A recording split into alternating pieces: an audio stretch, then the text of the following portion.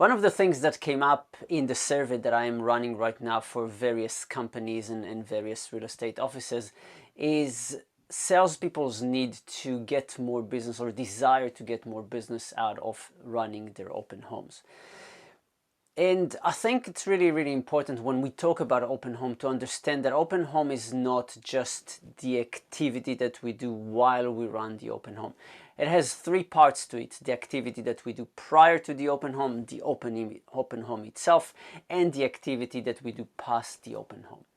What does this mean? It means that before the open home, we obviously run all the marketing and all the advertisement, but it's really important for us as much as possible to go and talk to the neighbors, invite neighbors to our open homes, because through that we establish a connection with them and we can then get business that way.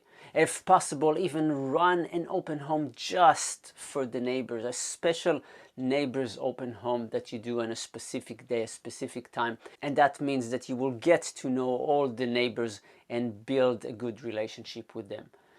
The second part is obviously doing the open home, and that is about being professional at the open home. And professional starts with the image. How do we look? Do we look professional? Does our car look professional? And I don't necessarily mean a fancy car. I mean a car that is clean and looking professional. The way that we present ourselves at the open home, having knowledge of the area, knowledge of the house, being able to answer people's questions, being happy and full of energy at the open home. Nobody likes to talk in the open home to somebody whose energy is very low and they have no interest in the visitors to the open home. So having those things really important. The questions that we ask people who come to the open home. Obviously, one of the things that we really want to know is, are they also in the process of selling a house? Do they have a house that they want to sell? And is it right now or in the future? So establishing that through asking those questions. And obviously, open homes, the way we present a house depends a lot on whether it is a vacant house, an owner-occupied house, or a tenanted house. Those things do have an impact on how the house is presented, but as much as possible within the limitations that we have, being as professional as possible is really, really important.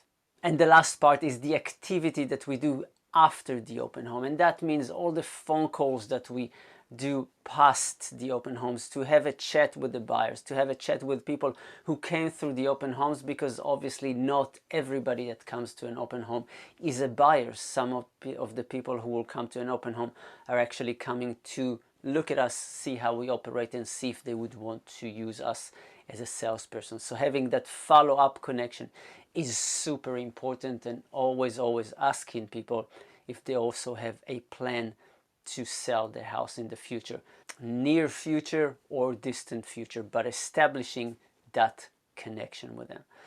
So remember that with your open homes, it's made out of three different parts: the pre-open home, the open home itself, and the post-open homes. All of those together create the open home activity. And if we do those things, those three things very well, there will be business coming our way from an open home.